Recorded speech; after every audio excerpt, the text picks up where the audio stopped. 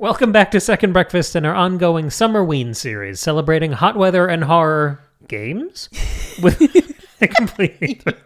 You looked at me with such disdain. by bringing you the. Oh my god! By bringing you all the best thoughts, theories, and literary analysis this side of the planet, Sarah. I hope this is your first episode with us. Anyway, today we're talking about Gears of War Reloaded, and we're going to talk about, we're talking about a game today. In this episode, I think I made that clear. Did you make it clear?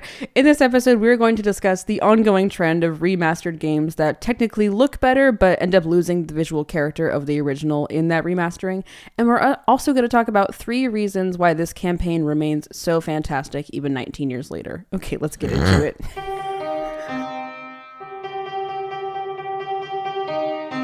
All right, another pitch perfect intro, no notes, using the first take on that one. Very professional. So Gears of War Reloaded. I was stuck in a dilemma here because the original Gears of War is one of my favorite games of all time. I'm not one of those people who had like 2 games growing up. I had a nice variety, a nice selection. Humble brag. But I'm trying not to be. But I replayed this game about 1 million times. Yeah. I realized when I was playing through this updated version of the game, that I knew absolutely everything. I knew where every enemy was. I knew where every weapon drop was. It was alarming. I didn't realize it was that encyclopedic. It was really fun. I would look over and be like, Maggie, okay, here's what's about to happen here. I got to do this, and this thing's going to pop out of the corner. Wait. It's really cool. Like, you know everything about this game. The memories are so submerged that it's almost... I don't know. It's like they percolate up like a spidey sense. Where I'm aware of something just a few seconds before it happens. Like I couldn't tell you what the next hour is going to be. Yes. But I know every moment of it as it happens. Yeah, stuff from your childhood is like that. I'll listen, a random song from a Disney movie will come on that I haven't heard in 20 years, and I'll know all the lyrics without realizing I knew all the lyrics. Like I couldn't have just started singing the song on my own, but something triggers it. And it's like, oh, I know the next line, the next line, the next line. It's really interesting how it's only stuff from your childhood. It's not really stuff from past age like 10. But you put me in a difficult scenario here because this remaster came out on your birthday. It sure did. And I had to make a choice. And unfortunately, you won. We're a little late on this episode. I really appreciate that you didn't spend my birthday playing Gears of War. That actually might have been silently alone in a dark room. That would have been sad. So there are 2 halves to this conversation. We're breaking it cleanly in twain. The original title was going to be a little more not on the nose here, but I was talking you through the notes for this discussion, and I ended up coming to a more firm point. So the title of this episode on YouTube, if you're not aware, we also have a YouTube channel. All the episodes are posted over there. And if you're a YouTube person, we're also available as a podcast. Whoa. So, peanut butter and jelly. But also, if you're not on YouTube, our game episodes always have footage of us playing the games we're talking about. So that's always fun. Particularly this one, and I'll get into that in a minute. But the title of this one is Remastering the Soul Out of Gears of War. Which sounds fairly negative. Which is weird because our discussion it's negative and positive. But I want to do the negative first because that's the thing here. I think that's my biggest takeaway. And it comes from the cardinal decision of this title. This is a remaster, not a remake. Gears of War Reloaded is a remaster of the original game. So it's got the same engine, all the same little decisions running underneath. It just looks better. It runs better on modern hardware. It's available hardware, and it's available on more platforms. And this is like the same thing they did with Oblivion recently, right? Yeah, sure. They've done this a bunch of times lately. It's become more and more common. And we actually did an episode years ago at this point on the Halo 1 remaster. Yeah. Halo Combat Evolved. It's been remade, I think, twice at this point. And I think it's about to be remade again next year. But we talked about that remaster in a previous episode. So if you enjoy this, go check that one out. It'll be similar themes.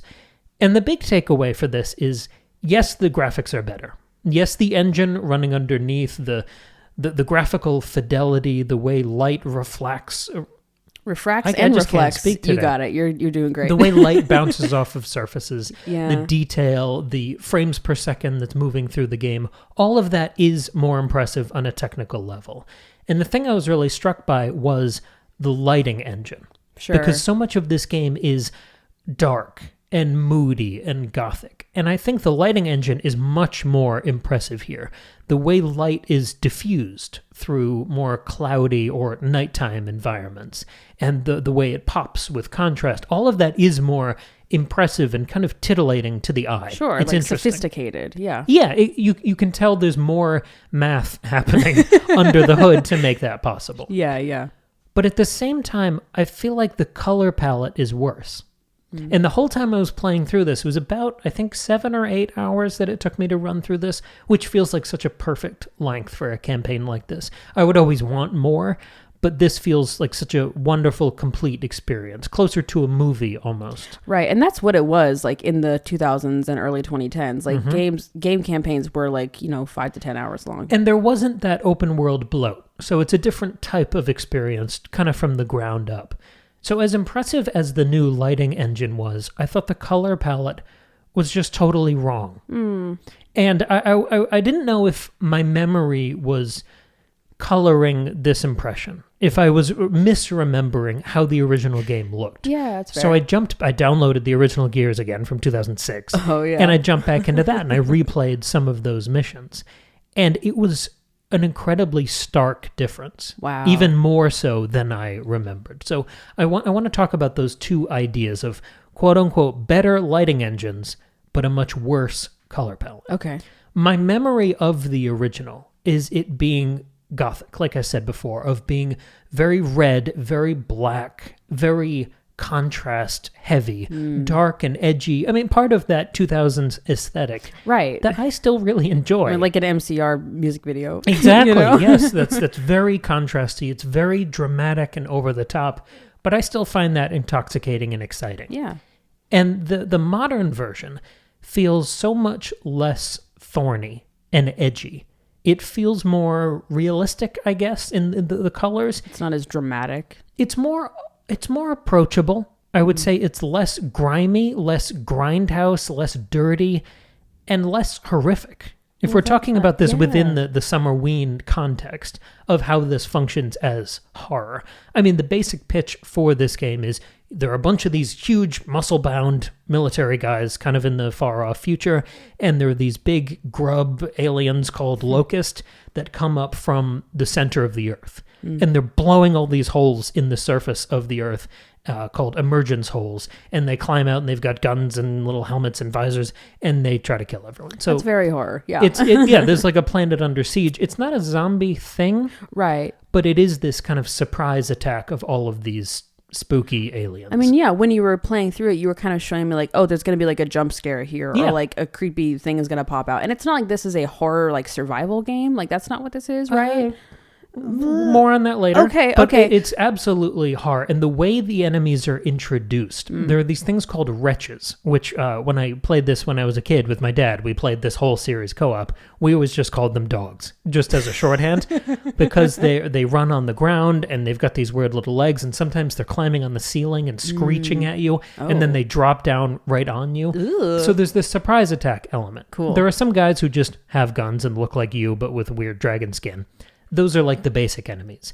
But everything else, there are these things called corpsers. And if you like bunch up the fingers on your hand, that's what they look like. And they kind of scuttle towards you. Gross. And then the finger kind of legs spread up, and there's this horrifying face underneath. Ugh. And they stab the legs at you with this like big pool of nuclear lava shit around them. Gross. And there's the number one most horrific enemy in any game, the thing that scarred me and shaped me as a lad, is the Berserker. Oh, okay. So it's this massive, hulking, titanic thing that's blind. And it doesn't have any guns, and it just rushes at you. And you have to use because your guns can't damage it at all. Oh. And you find it kind of indoors. And you have this weapon at the time called the Hammer of Dawn, which, if you're outside, it can align with satellites and target basically this huge blast from on high, which is the only thing that can hurt this massive enemy. That's right. Yeah, the like 20 minutes of Gears that I've played, I got to use that. Yeah, I remember that. Yes, that was why we stopped, I think. But what you have to do... It was complicated. Your guns can't hurt this thing, but it can get its attention. And because it's blind, if you shoot at it, you'll get its attention and it'll just charge at you. Oh, and if it neat. hits you, you explode into just meat. Shit. Okay. So what you have to do is, like a matador, just kind of coax it through all of these indoor environments until you can get outside. It's horrifying. That sounds very scary. And the first time you see this thing is in the shadows as one of your guys goes ahead as a scout. And you see the shadow on the wall of this thing ripping him apart. Oh, no. It is horrifying. It's really effective. And the sounds are incredible. It's just as good now as it was then.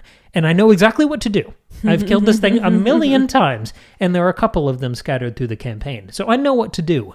And they still put me on edge every time they pop out. That's impressive. So I loved the experience of playing this again. But the horror was so tamped down and changed by the adjustments to the color palette. It wasn't just that everything was cleaner, because the game in its original form looks like the apartments in Seven. Yeah, you know, right. Everything's dirty The bathroom and disgusting. in Saw. Yeah, exactly. That's what every wall looks like. It's all burned out and ruined and you wouldn't want to touch any surface in the entire game. It's apocalyptic. It's been run over by whatever these creatures are. Yeah, and it doesn't feel that revolting in the modern one. There's a lot more of the color blue. It balances it out, and the original feels so red and yellow and black and white contrasty, and the whole grindhouse aesthetic. Right. And I think changing that color, I was surprised at how much it almost removed that spice and flavor of the original horror. That's really unfortunate. I wonder why they chose to do that. I mean, I have no idea how like actual like game development, like lighting engine coding works. I have no idea how that works, but I would imagine they have control over what the colors look like beyond just like, well, the lighting engine made the colors change. You know, like I'm sure they made that decision to make it softer and bluer and less contrasty. Well, so I wonder why. I think it feels more modern. Yeah. I think having a game that is more colorful, and you can advertise all of the technical achievements here for how stunning and lifelike it looks, I think that appeals to a lot of people. Sure. But as a diehard fan of the franchise forever, I think it's so much less unique and stylized. Yeah, I'm trying to think if games today certainly have style. It's not like we've lost style, but No. I feel like games that are more realistic looking don't have a whole lot of style anymore. There is a house look in a way that, I mean, I guess there was in the 2000s. Everything kind of looked gray, everything brown, looked and like that back grindhousey. then. Yeah. But there is a legacy here. You're only remaking the game. You only have that ability because there is such a built-in fandom. And I think changing it to this degree, I don't know. I lost some of that zest for it. To the Yeah. point where if I were to recommend to someone who had the ability to play both versions, I might still point them towards the original. Yeah. So I was trying to pull the footage, the video footage for the YouTube version of this episode. And I wanted to do kind of an A/B test so you guys could see exactly what I'm talking about. So I replayed an early level in both Reloaded and the original version of the game. Nice. And in Reloaded, I was impressed, actually. I started doubting parts of this thesis because I thought, hey, this actually looks good, and it looks kind of like I remember. The shadow work is so complex. There is some moodiness going on here. There's a soft, diffused light. There's kind of an even gray tan tone, because the meme at this point is this era of games was all kind of sci-fi military shooters that were very gray and brown and tan. Yeah, all the movies were gray and brown too. In like exactly. the 2000s, 2010s. Like that was very common. And when I downloaded the original and replayed that same section, I was so wrong. Because it wasn't just smoky and cloudy, it was foggy too. Everything felt burned out. It was so high contrast. Everything was so discolored and yellowed. And the more I looked at this kind of A-B comparison, the remake, or the remaster, sorry, it just doesn't have that tooth, that jagged, ugly, brutal beauty of the original game. And it really started to remind me of our episode on the first Halo game being remastered. Because that, I remember, in retrospect, was a lot about color palette. Because you that was like one of your biggest things that you complained about or that you struggled with, was that the color had lost all of its style. It was the difference between blue and purple. That was kind of the big thing about the character of that game. And I don't know. I think I'm reminded of that phrase that your style is...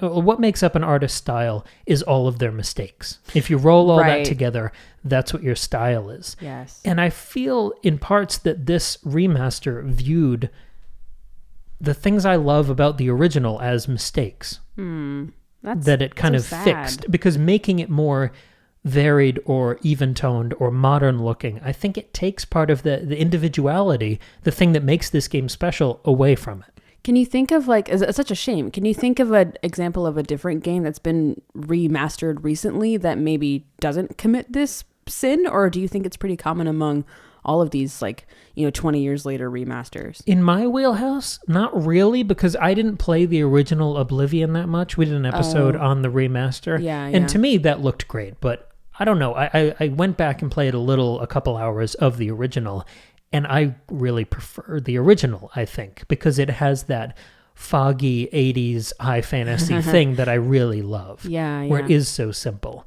And I was just kind of crestfallen by the A/B testing between lighting system and color palette the more I played both versions of this game. That's disappointing. Here's like sort of a counterexample. I feel like Diablo 2, what's it called? Resurrected. It was like Reborn. Resurrected. Everyone's being cutesy with their subtitles. Yeah, I mean, I get it. It's fine.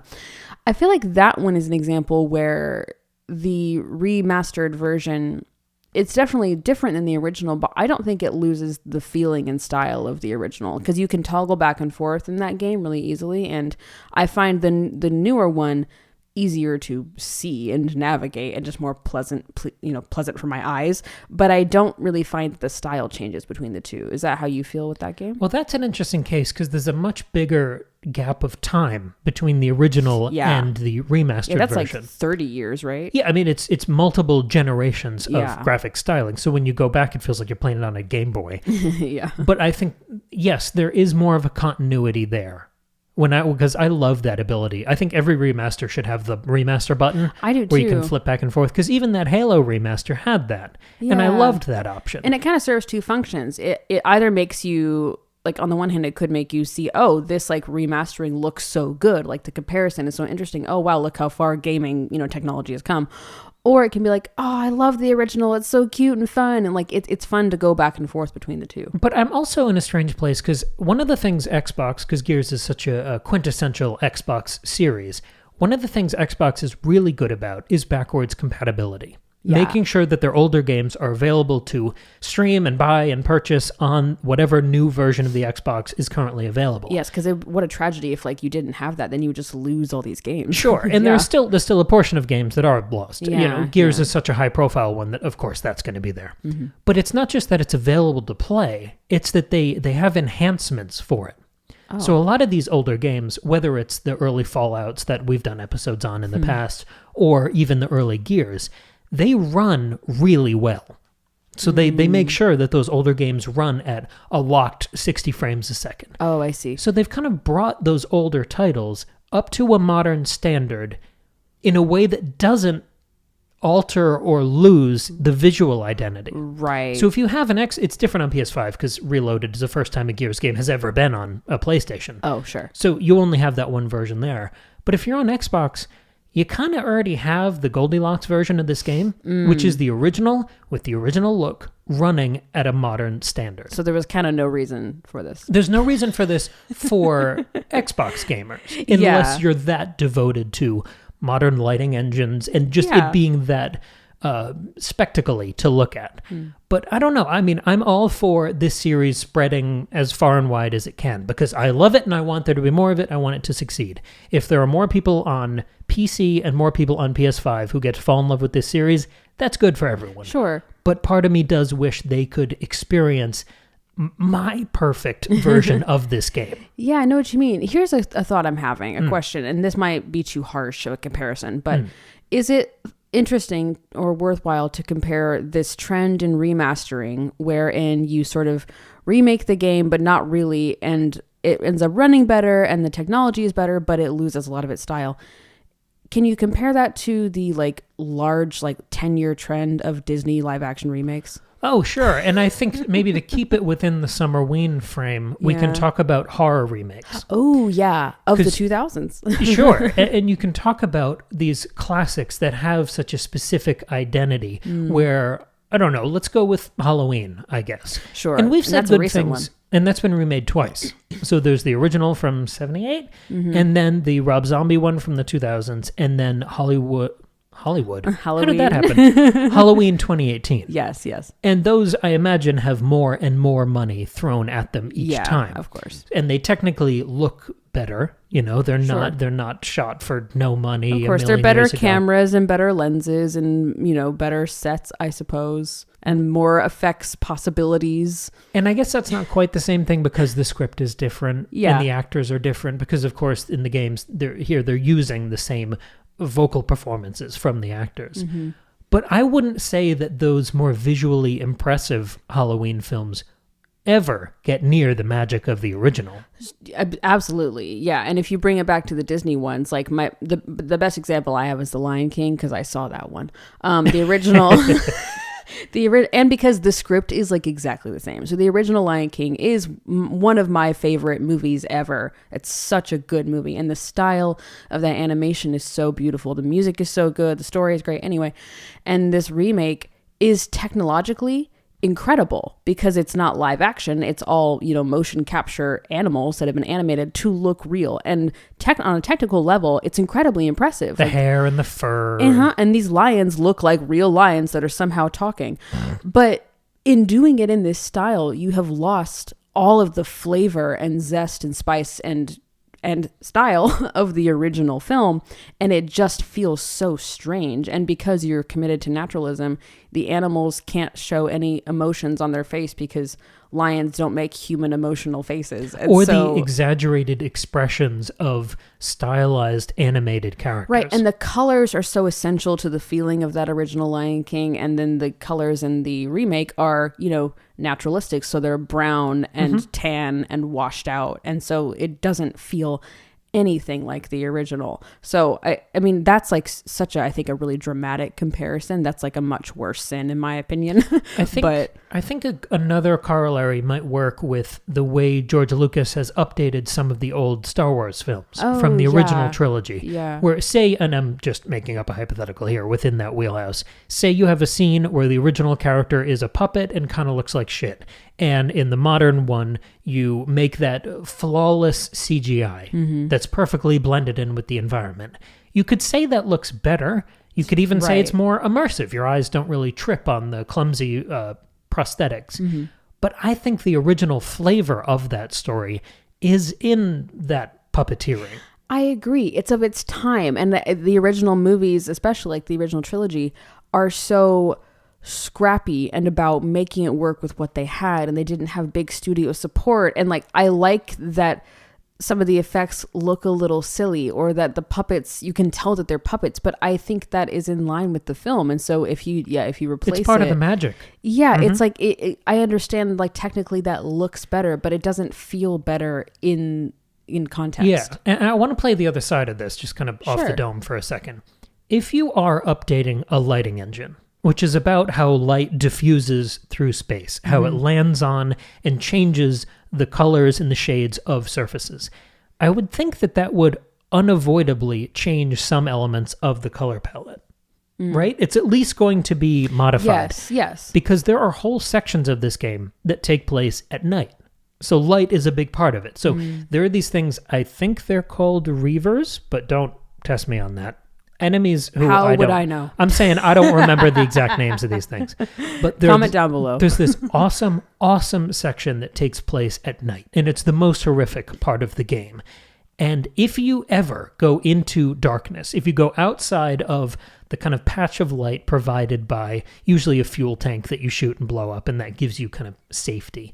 If you walk outside, they might be called krill, but spelled funny. Okay. It's all these bats that swarm down and rip you apart. Nice. So you have to shoot all these little barrels or get creative with other ways to provide light sources. And then you just run between them. That's really cool. And then you get into this big, awesome, ugly car. And you have to switch between driving the car or jumping into, not like a gunner's seat where you have this cool turret, but it's a huge floodlight. Like the bat signal. Neat. So you see, oh shit, the big swarm of bats are following me. So you jump out of the driver's seat, you turn the floodlight on them, and you blast them with the light, and you see them kind of melt. That's really cool. So it's this chase scene, but you're managing two jobs at once. And it's really stressful and really scary, and there's all this shit crowded on the roads, and you have to make all these crazy turns. It's fun, it's overwhelming, it's scary. But if you're updating the lighting engine, and kind of the tool that you're using in this level is a light bulb, then maybe automatically that's going to change. Of course, yeah. But one of the things I noticed was how different the bat floods look. All those hordes of bats.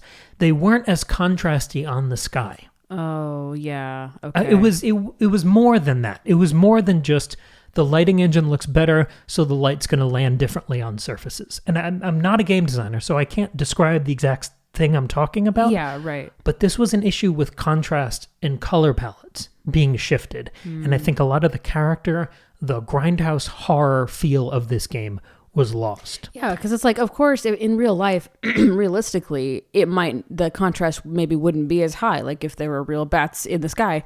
But yeah, you need this style. We're well of the beyond game. realism. Yeah, right. Yeah. Like this is a fantastical world anyway. This is an imagined sci-fi apocalyptic story, so it doesn't have to look 1,000% realistic. I want to flip to the other side of the conversation here, because the other big takeaway I had from this experience beyond, man, this feels different, and I can't quite, it's something with the color, but I can't quite pinpoint it. The other thing was, wow, this campaign remains bulletproof. Yeah, so I'm curious to hear, so like as disappointing as this stylistic change was for you, like visually, did you still enjoy playing the remaster? Of course. Okay, yeah. I loved it. Good. I loved it, and I think it is that adoration and investment that I feel in the franchise that makes me want to pick apart the changes and why I don't like them. Yeah, because even when you were talking about earlier, what's the name of the big thing you can't kill? The Berserker. The Berserker. Even when you were describing that scene and how you come upon it and how scary it is, you were pretty much saying in this remaster, it was as scary and troubling and exciting as you remember. Even though these stylistic changes have overall impacted the horror flavor of the game, I'm glad to hear that the actual, like, that it didn't really too badly impact the gameplay. No, because the campaign is still so fantastic. It is such a genuine marvel within this space. And you've talked about, you kind of hinted at how games have evolved and changed. We had that 10-year period of everything being a big bloated open world. And now we're kind of splitting the difference. I feel like you either have a game that you'll never finish, that will take you hundreds of hours if you want to do everything on the perimeter. Listener, I'm still playing Assassin's Creed Valhalla. I haven't even finished the campaign. Exactly. And I loved Valhalla, but that took me like 100 hours. Yeah, I've been playing it for like 2 years. Yeah. Like it's just never ending. I just happened to hyperfixate on that one. Right. But this being 7 hours, and having played it enough times across the course of my life that I'm sure I've hit that 100-hour number that I did in Valhalla, I don't mind that repetition. I would rather have something, regardless of its length, feel complete. Yes. And at whatever exact runtime this game is, it still feels incredible. So there are 3 reasons why that I've tried to boil down in the notes here that we could talk about. And the first one is about kind of the first impression everyone has of the game. Whether it's the cover art, whether it's you, as the wife of a long-suffering Gears player, walking through the room, seeing what it looks like. Yeah. What was your first impression of the way the characters in this world look? They look really big and cool, and they're big dudes. This is a game for boys. Exactly. That's perfectly. They're big dudes, and it's a game for boys. Yeah. And what that means, basically, is the power fantasy. Of what I think most guys that I've talked to, when you see a character like the Gears character models, when they're huge and bulky and they're built like a fucking fridge, that is empowering. It makes you want to like go work out so you look like that. Yes.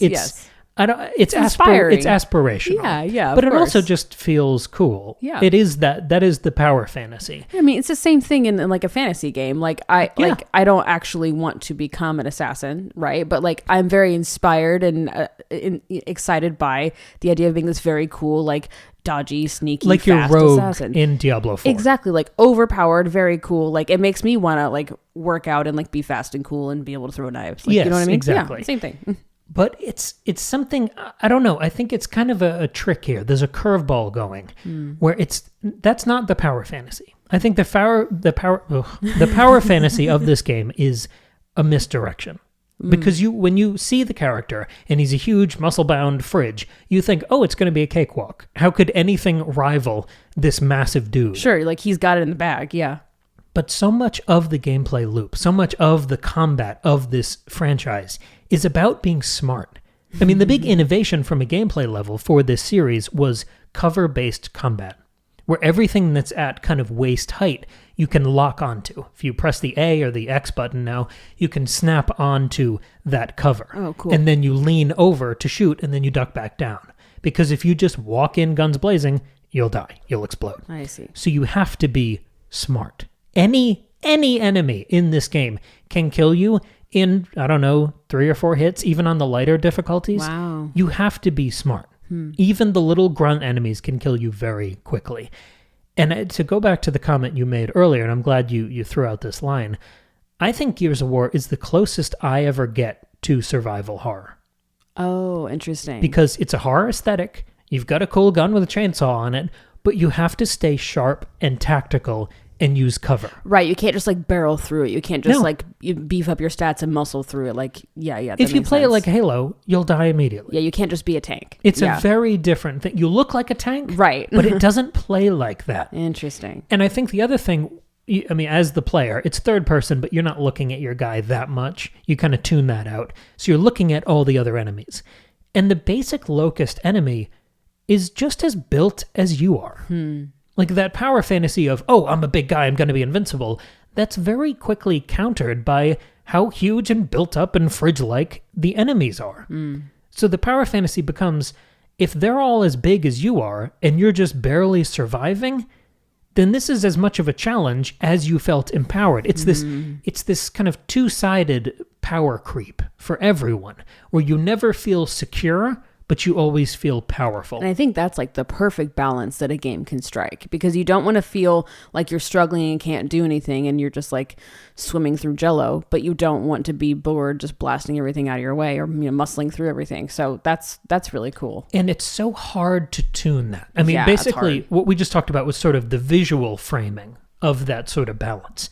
But it's all within the gameplay systems as well. It does give you difficulty options, and at this point, I've played all of them. But I still like kind of the normal difficulty. Okay. There's casual, which is the easier one, and I like that too. And that's still, you gotta be, fairly with it. But even on the normal difficulty, it's so well tuned because of, and this is the second point I want to play with, old school level design.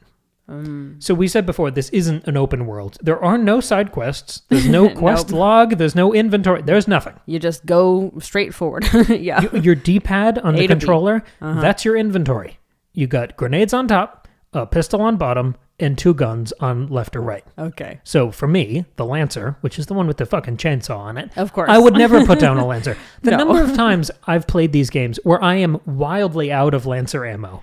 There are whole levels where there are no Lancers, and I keep the Lancer in the slot. You can't get rid of that. In the same way in Valhalla, I kept my father's axe for 100 hours and because it now meant I've something. had to do it too. Exactly, because you must avenge him. Of course. I love that. I love the simplicity of this, where it's not about roaming and cleaning up side content quests that just can totally mess with the pacing of the experience. Right. This whole thing is you rolling down a corridor and there are invisible walls preventing you from doing anything else. Of course. But what that means is that this story is the most exciting, varied, unforgettable series of set pieces in the genre. Right, because then you really feel like you are in a story and not something that you can just pick and choose what you do. It's like there is a narrative that you are being forced to follow, and it's very exciting, and like the stakes are high. It's not open world, so you don't get to decide what you do. And it is not a create a character type of game. You are Marcus Phoenix. Yeah, you're not role-playing. Yeah. Who was in this military service. It's called the COG. It's a whole thing. Coalition of Governments. I read the books in middle school.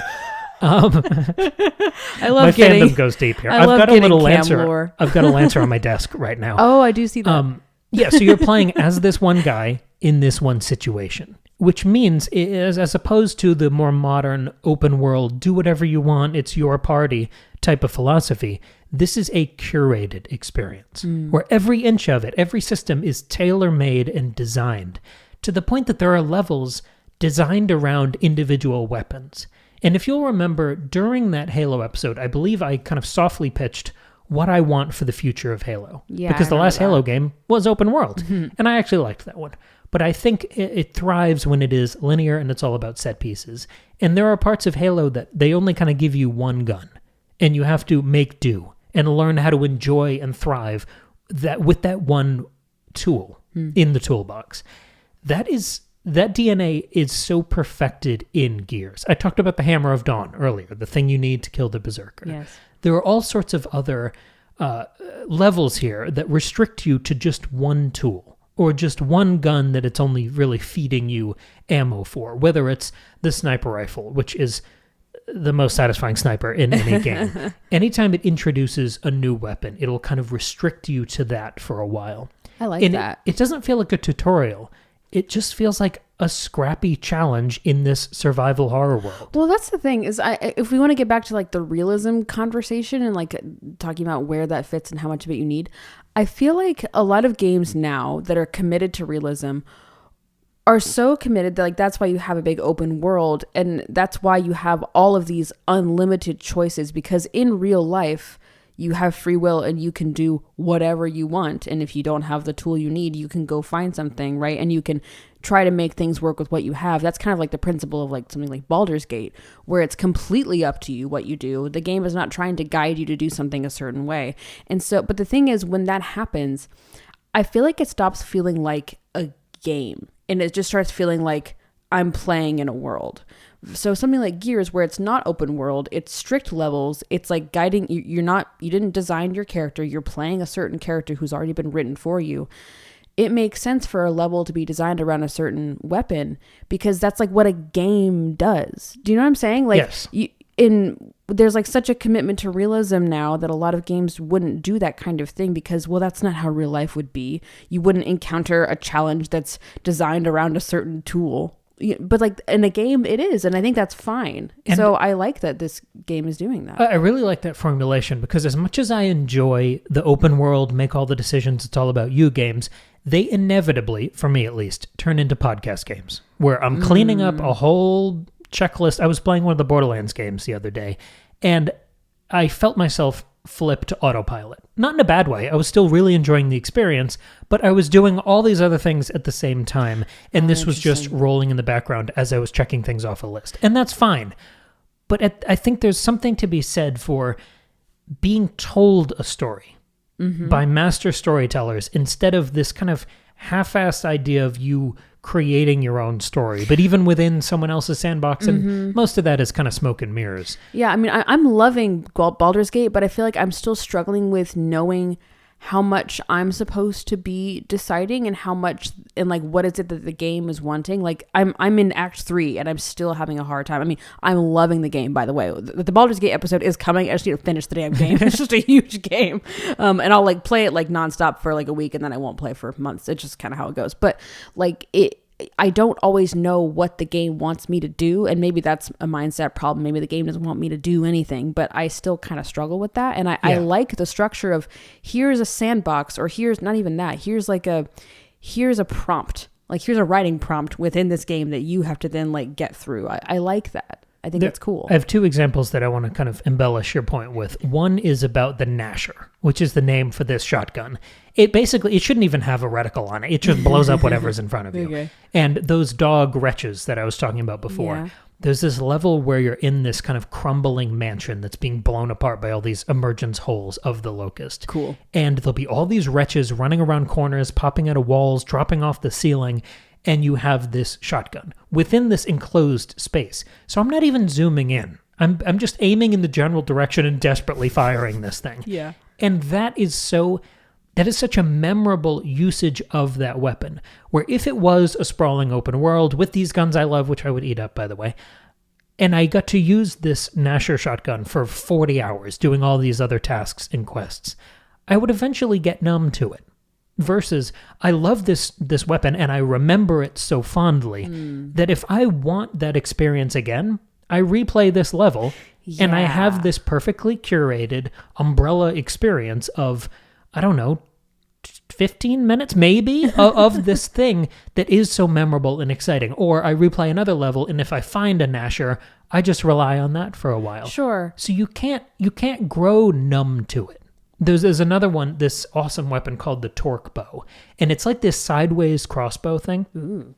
So and when you pull down the right trigger, you see this reticle raise up off the ground in this kind of blue laser. And it's almost like it's like a wet noodle, and it's straightening out until it's straight ahead, like a red dot sight on a regular gun. Oh, okay. And as it reaches that kind of perfect, you see exactly what you're shooting at, it starts to shake, and the whole crossbow thing starts to vibrate. Oh. And then when you release the trigger and the bolt flies towards the enemy, then it like embeds itself and then blows up. Nice.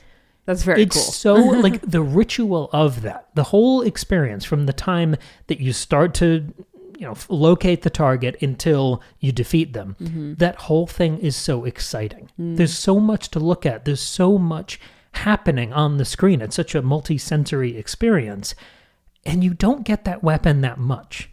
And it's kind of like the sniper that you've already used, but it's got a different flair and flavor to it. And again, if it was a sprawling open world thing, I don't think I'd use that one that much. No, you get tired of it because like this takes too long. This is annoying. But the way the game curates this, again, probably 15-minute section of a shooting gallery that is built for exactly this one weapon to excite you and interest you and change the way you view the battlefield, that's perfect. Yes. That's the kind of game design that feels immortal, that you remember and replay and really feel invested in. Well, right. And it's kind of like you said, like then you're playing a game that a game developer designed for you rather than you trying to make your own game within the sandbox. Right. So I think that's cool. I feel like we need to get back to some of that. And not all the time, but Yeah. I like having games like this. Yes. I'm not making a prescriptive statement because the whole industry, the whole medium shouldn't be any one way. No, of course. I love how much like variety there is within games. And that's the magic word. That's what I love about this game, because it is such a curated experience, because it is you being told an explicit singular story. The variety is baked in. It feels perfectly tuned and tailored for this experience.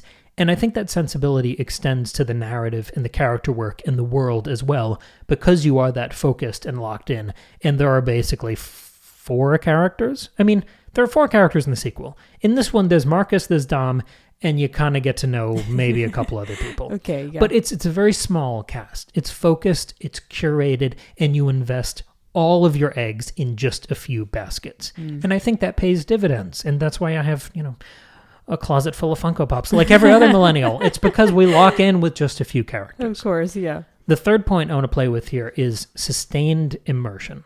And this is the other thing that really stuck with me upon this revisiting. Yeah. Looking at the screen, because you're used to all these ARPGs that we play together, like Diablo, or you play Baldur's Gate, where all these items on the screen, there's all this data that it's showing you. Yes. You have a mini map in the corner. You have a health globe and a mana globe and all your skills on cooldown and a paragraph of fucking text telling you what the quest is at the moment. Right. Do you find that ever hurts your immersion within gameplay? Yes, because I'm often half the time I'm looking at those things and not the actual screen of what's happening. Like especially in something like Diablo, where you constantly have to check your cooldowns and your mana, like that.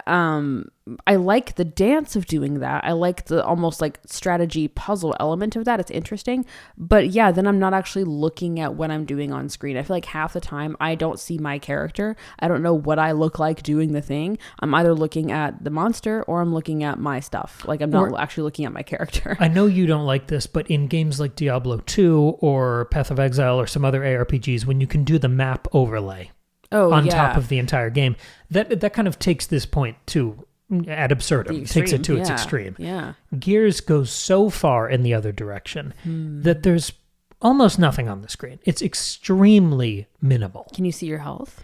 You can see, no, you can't. Do you get like a notification when your health is like going to go down? I'll paint the picture for you. Okay, sorry. So you see the weapon icon in the corner of the weapon you have equipped and the ammo count. But there's not a number. It's just like a little... Like a bar. A bar. Okay. And little lines that are lit up depending on the percentage of... You get what I'm saying. I like that. I like that simple visual. I don't like dealing with numbers. It's annoying. And if you get... When you take damage, the little symbol, the Gears skull cog symbol, lights up kind of red in the middle of the screen. Yes, I remember that. And the redder that gets and the clearer it gets, then you expire. It's communicating all the information you need and nothing else. The necessary information. Yeah. If you want, you can hold the left bumper and it will give you like a 6-word description of what your current objective is, and it'll point you little arrows of where your teammates are. Oh, nice. But then you let go of that, and it's the world. Mm. And it's such a gorgeous, complete world where all that you're looking at is the game. You're seeing your character in third person. You're seeing the environment, which, as we talked about before, is more than just set dressing. It's more than just a pretty skybox that was designed for you because you have to hide behind cover. You're looking at these environments differently. You're surveying the enemy's location. You're seeing if they're using cover. So how am I going to attack them? How do I need to position myself? And this extends to other elements of it because it is third person, like I said, and there's this thing called the roadie run. So I said before, you click A to latch onto cover. If you hold A, you do the roadie run.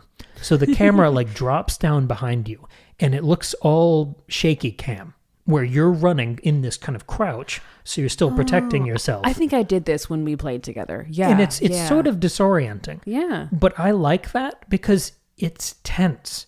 Right. It gives you, you're just moving a little faster. In most games, you click on a stick and you jog. Yeah, you sprint. Yeah. This one is this teeth-gritting, tunnel vision experience. It serves the storytelling. Well, and that's how it would be. Like, if you were crouching down low and hurrying to get to cover, your ability to see around you is sort of diminished because of the way that your body is positioned, and you would feel tense and like, oh, hurry, hurry, hurry! I got to get out of this like POV because I can't really see anything. I'm exposed. I'm vulnerable. So that makes sense. So like that's where a moment of realism actually serves the storytelling and the immersion. That's really interesting. I like that. It still feels miraculous all of this many years later because it always feels focused. It's always about strategy, and at a glance, you can kind of make a plan, and then you'll have to adapt and revise the whole time on the fly. But you can see your options, you can see your pathways, and you can see the threats. It kind of feels like a board game. For as beautiful and detailed and the lighting and the color and everything else we talked about, it feels like a board game in that it is bold, clear, and stylized. It's you and the enemy. And kind of connecting the dots, like you said, with cam lore, my favorite board game when I was a kid was probably Stratego. Oh, okay. As much as I like, Sorry is my other favorite one. Yeah. But Stratego is such a focused, combative, curious experience. If you haven't played it before, it's red pieces and blue pieces, and you have this whole armada of an army. You have, they're numbered from 1 to 9, and the lower number wins in a confrontation. But the other side can't see the piece that you have ready. Yeah. So you move them across the board, and when the pieces come into contact with each other, it's almost bluffing because you don't know what the other team's piece is going to be. Right. So you get to set up all of these different numbered pieces. You have bombs, you're trying to hide this flag, and if they get to the flag, you lose. And then out from the bombs and the flag, you position all of these other numbered pieces. And then you have to design your attack. How do you move forward? Do I bluff? And if I move this whole this set of pieces together at the same time, is that suggesting to the other player that I've got a really good one there that'll get through whatever they throw at me? Or am I completely whiffing? Yeah, I feel like distracting them from something else? The game is kind of like a mix between Battleship and chess. Like it's kind of exactly. It's got both the great elements of both of those games combined into one. It's a really interesting game. I never played it until I met you. It's cool. And I think there's a lot of Stratego here, where I guess it's different in that you can see the enemies that you're walking towards. It's not a surprise there. Yeah. But the focus there. The focus, the singularity of you, the enemy, red and blue. It's clear. You see the whole battlefield. You make your choices. It's robust in its simplicity, if that makes sense. Yeah, it does. And when there's this whole beautiful tapestry glued on top of it of how beautiful the world is, of how memorable the characters are, how spiraling and excellent and simple and exciting the story is, how big and bombastic the boss fights are, it's just powerful. It remains powerful. I remain immersed in it. I remain impressed by the old school level design. And that power fantasy is such a gripping misdirection. You're empowered and you're challenged in equal measure, in equal breaths. It's crazy that 19 years later, Gears of War is still the best. We're getting a prequel next year, probably for the 20th anniversary. Oh, that's right. Yeah. And instead of moving forward in their increasingly shaky main timeline, which it's been bad since 3. Okay. They're doing a prequel. Nice. called E-Day. So that's the day where the emergence holes opened up. Yes. And this story, the original Gears, starts a bit after that day. So this is a prequel, but set right within the world and the set of characters of this original story. So we're getting the closest thing to this game next year. That's perfect. And That's so from exciting. the weird thing is, as much as I talked about the lighting engine, the color changing, the reveal trailer of Gears E-Day looks like Gears 1 more than Gears of War Reloaded looks like Gears 1. Interesting. Well, I was going to ask, like, do you have any concerns about the stylistic changes that took place in this remastered version that might carry over into this brand new prequel? No, I don't know why, but I feel like they've from what I've seen of E-Day, they get it more there than they did here. Well, you know what's interesting about a remaster is I imagine there's a certain pressure to like find a balance of changing it enough but not too much, because obviously if you change it too much, people get mad because it's not like the original and it's a new game. But if you don't change enough, it's like, well, what was the point of this? Other than the lighting looks better. So I understand them being like, well, we got to make some kind of stylistic change to make this remastering different enough for it to be worthwhile. But in this prequel, it's a brand new game anyway, so they don't have to worry too much about changing the style. And in fact, they should maintain the original. So I kind of understand that difference between those two games that will be coming out so close to one another in terms of like technological capabilities. I might be wrong about this, but E-Day to me looks totally dialed into the art direction, the style that I adore so much about the 2006 game. Well, I hope it is. Yeah, I mean, just for your sake and everybody's. But, and I'm sure we'll get more remasters of probably the rest of the core trilogy, because that's what everyone loves. Yeah. And that's kind of the main set of characters and timeline. It's such a wonderful, complete story. So I'll play the other remasters. I'm sure I'll enjoy them, and maybe they'll hew more closely to the original. But honestly, 2 and 3 look incredibly different than 1. Oh, okay. They move away from that gothic horror. 2 is much more brown and grubby and naturalistic and underground. And 3 is more yellowy and outdoorsy. So I don't know. Maybe those will look different, but I'm curious to see what happens. I still do trust this team. It's a very different kind of Ship of Theseus team than who built the original Gears. It's a different company. But I don't know. I'm excited. Yeah. I can't help but be excited for the future. I mean, I'm so glad that I'm always happy when you like a game, and I'm really glad that this remaster just helped you re-experience this game that I know you love so much. I mean, I have played this game a little bit, listener. The reason I've played it is a few years ago, right before Hogwarts Legacy came out, at that point in my gaming journey, if you don't know, I didn't grow up with video games, so I've been playing a lot of catch up. And I had never played a proper third person 3-dimensional world game. I always struggled with controlling the camera and the viewpoint. It was difficult for me for a long time.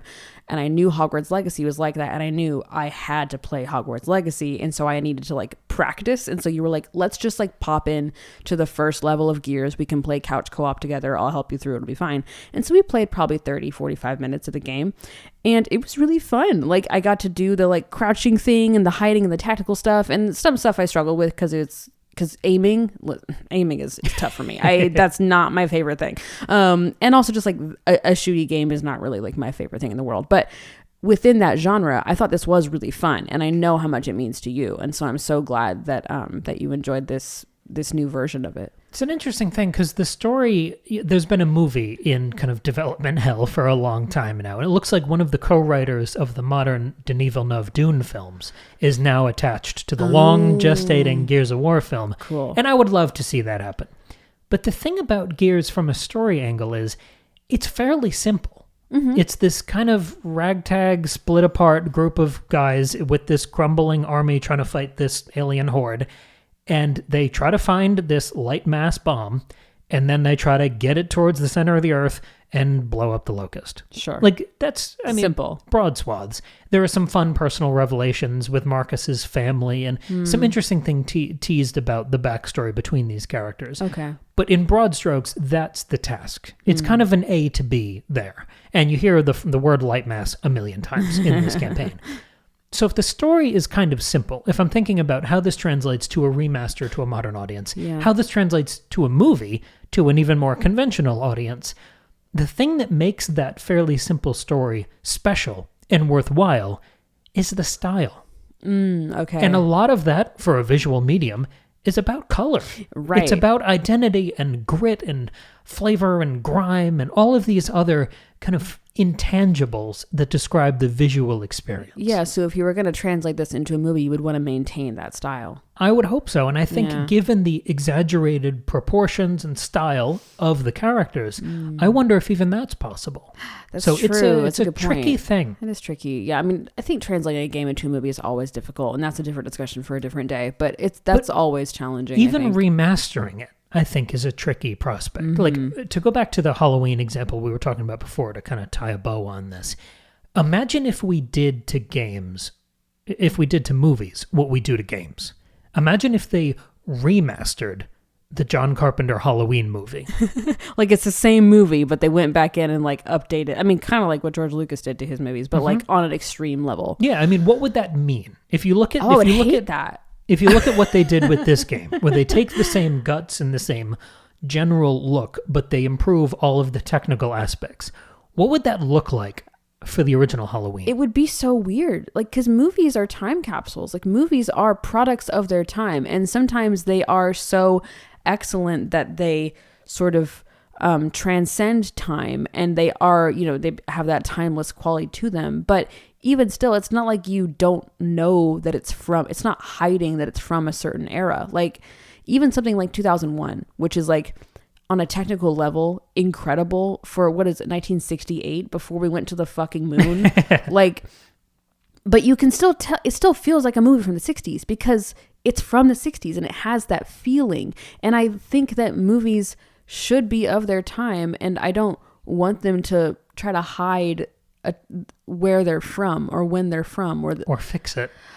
Right. I want to explore this. What would it mean to remaster John Carpenter's Halloween? I mean, it would not be grainy. Like, the film would look cleaner. Because if you're following these game rules, you're keeping all of the same actors' performances. You're keeping the script. You're keeping all the same shots.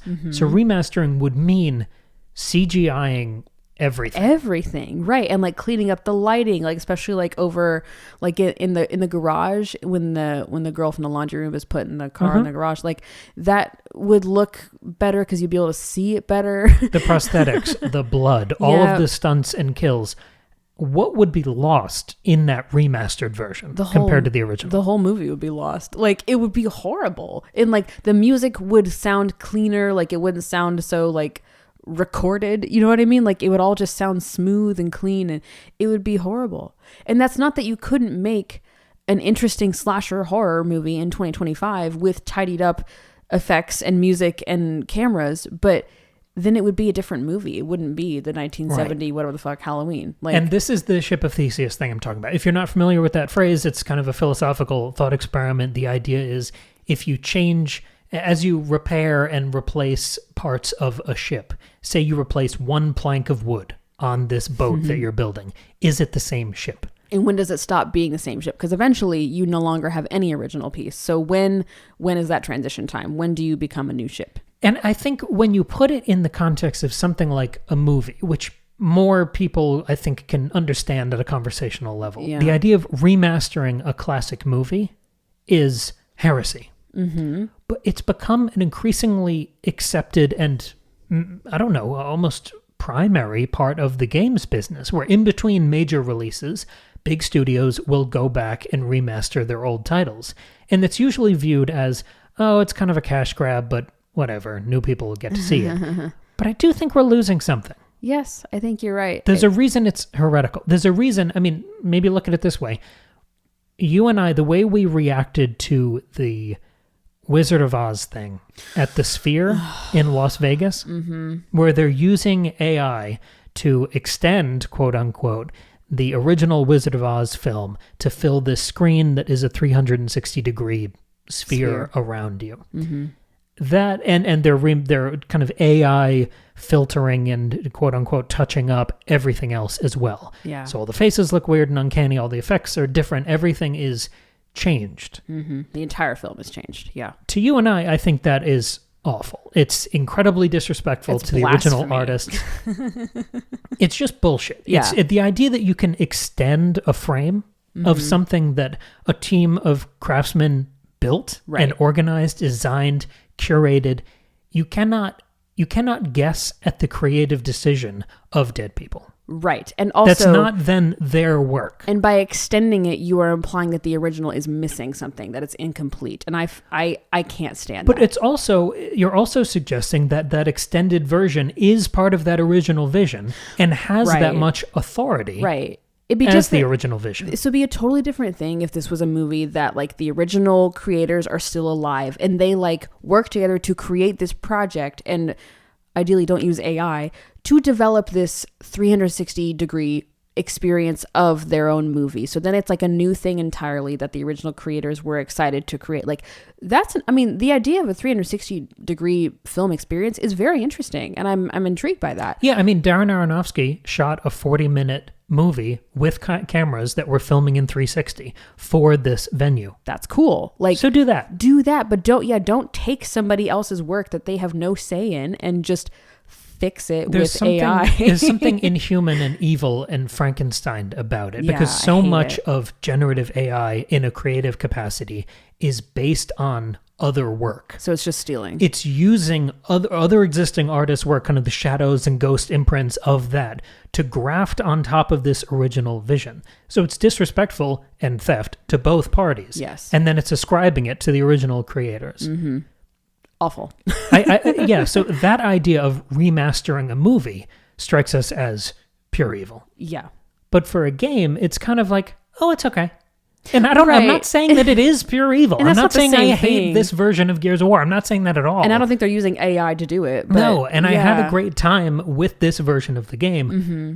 But I'm increasingly worried about this as an idea. Mm-hmm. And I think applying it to any other medium, everyone else starts to see those red flags too. Right. And it's like, when do you stop? Like, what's the cutoff? How long do you have to wait in between remasters? And what's the point of a remaster? Because it implies that something needs to be fixed. Yeah, it's an interesting thing that's happening. I think this will continue apace, regardless of our concerns. I think if I could ask for one thing for every remaster until the end of time, if I could just have one thing, you can do whatever you want with the game, give me the remaster button. Let me hit the button. Let me toggle. And go back to the original look of the game. Yes. Then it is still preserved. Then it is still playable by anyone on any system in one button press. I think that makes a really big difference. Because then you can talk about adaptation. Mm-hmm. You can talk about iteration. You can talk about legacy and updating from modern. You can have all that. Mm-hmm. But you have the original preserved in amber. Yeah, I think that's kind of what you need to make this okay. Otherwise, it's just a strange trend that's happening. I really feel like, I don't want to get too into this, but I really feel like this remastering trend, the live action remakes in Disney, all this stuff is so specific to our generation, because I'm trying to figure out, they're not like remaking stuff from the 70s, like in terms of movies. They're remaking all the 90s Disney movies. They're remaking the movies that like our generation grew up with. These games that they're remaking are games from the 2000s era, right? Like, is that correct? Well, they've done live action remakes of Snow White. They've done some of the earlier Disney films. But it's like, but that stuff is also what we had as kids too. Like, I just feel like this stuff is very much aimed at millennials and maybe a bit of Gen X. And I don't know if that's because we're all really sad and need nostalgia. Like, I mean, and not enough time has passed to do stuff for the Gen Z kids, but I mean, I don't see stuff being remade that's specifically for people born in the 70s. Like, I just think our generation is so jaded and has been so royally fucked in so many ways, as many others have. I don't know. I just feel like a lot of this remake stuff, I feel like nostalgia and rewatches are really big with our generation. And I think that's why a lot of this stuff is being remade for us specifically, but I don't like it. I think there's a comfort food element to this. Definitely. Yes. And I think that's why people like returning to safe and guaranteed things that they know they'll enjoy, that they have these feelings for. I think there's an element of nostalgia that I don't want to be dismissive of. Yeah. I heard something, there's a YouTuber called Captain Midnight, who I adore. He posts these fantastic kind of video, thoughtful essays every week. They're usually about 10 minutes long, and they always get me thinking long after I watch the video. And there's almost no one I can say that about on YouTube. I love a 10-minute video. How old school YouTube. No, they're excellent. Sometimes they're a little long, but whatever. No, that's great. He's great. And he did this video that I listened to a little bit ago by the time this comes out about Disney remakes and the state of these remakes at this time. And I think it's kind of pertinent to this conversation because he made this suggestion towards the end of the video that I mean, I felt like a chill go through my body. He was saying the one thing that Disney hasn't done yet in terms of remakes is remake the Pixar movies. That's true. And in my head, my first reaction was, well, why would you do that? They're already CG. Yeah, right. And I think that is kind of the reaction we're having to games, because games are computer generated, right? In the same way fucking Finding Nemo was computer generated. Right. So the idea of remastering something from computer generated in 2004 to computer generated in 2026, I mean, that is diminishing returns. Right, the exactly. only thing you can fuck up there, because if you're not changing the performances of the actors, if you're not changing the script, the only thing you're changing is the visual identity. Mm-hmm. I think remaking Pixar movies, that sort of, there's a vacuousness, there's an empty, there's a what are we gaining from this element there? That might be the better comparison to remastering a game, even more so than Halloween we talked about before, or live action Disney remakes. Right. Remaking Pixar movies. Right, because if you're going from a 2D animated to a 3D live action, you're not even 3D, just live action, you are completely changing and redoing the visual identity. Remastering is not redoing it, it's tweaking, it's fixing, it's improving, and that feels a little icky. Because he was talking about the idea of what if you did a live action Monsters Inc. or any of those, but oh my god, that would be so awful. Can you imagine? Can you imagine they remade Toy Story? I would riot. We would have to riot. Just a weird uncanny Tom Hanks. Like what would that even be? Yeah, I mean, you can't do that, and yet somehow they did it with the Lion King. So yeah, but that would be when, like, the moment where they have truly gone too far. I mean, they already have, but that would be.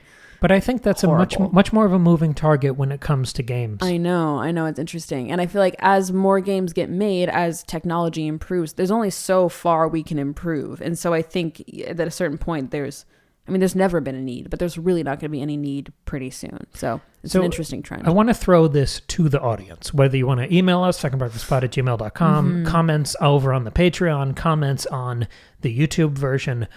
Remakes in general, remasters of games.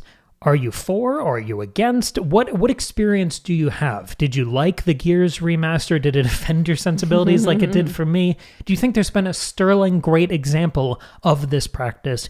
Or do you never get anything from them? Yeah, I want to open that discussion. Definitely. Can you think of a remaster that actually has, in your opinion, improved the game? Like, I would love to hear about that. Or did, like, a remaster introduce you to a game that you hadn't played before and now you've played the original? Like, I'm curious about that. I mean, just to season that point a little bit, the only time I've massively enjoyed a remake like that for a game is when they've updated quality of life things.